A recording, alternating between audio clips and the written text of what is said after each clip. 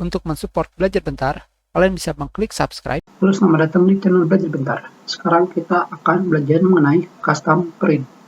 Custom print digunakan untuk memilih halaman mana saja yang ingin kalian print. Tentunya pada bagian setting, ataupun ketika kalian memilih langsung pada page atau halaman di sini.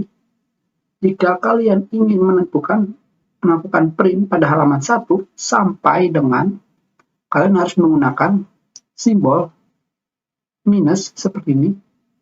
Dan kalian tentukan halaman mana yang kalian inginkan. Misalkan halaman 5, seperti ini. Berarti halaman yang kalian print adalah halaman 1 sampai halaman 5. Sekarang kita print. Kita kasih nama.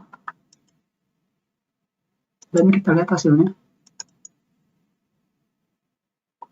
Sekarang kita sudah melakukan print pada halaman 1, 2, 3, 4, 5. Selain itu, kalian juga bisa menentukan halaman yang kalian inginkan. Misalkan halaman 1, kita tulis. Dan setelah itu, kalian pisahkan dengan tanda koma, seperti ini. Halaman 5, tanda koma lagi, halaman 10, seperti ini. Dan sekarang kita print hasilnya.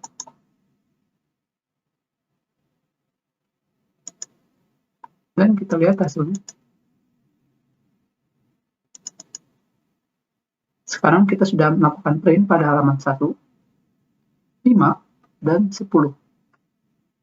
Tetapi jika kalian perhatikan, kita sudah memilih halaman 1 sampai 5, 1 sampai 10, tetapi kita sama sekali tidak melakukan print pada halaman cover seperti yang kalian lihat di sini. Di sini terdapat tulisan halaman 1, 2, 3, dan seterusnya.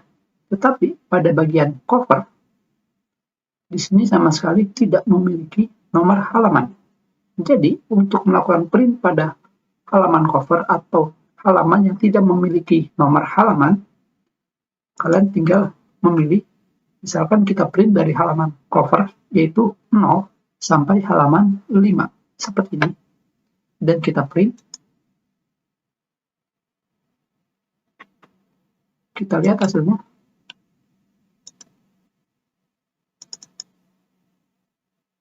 Dan sekarang kita sudah melakukan print pada cover halaman 1, 2, 3, sampai 5.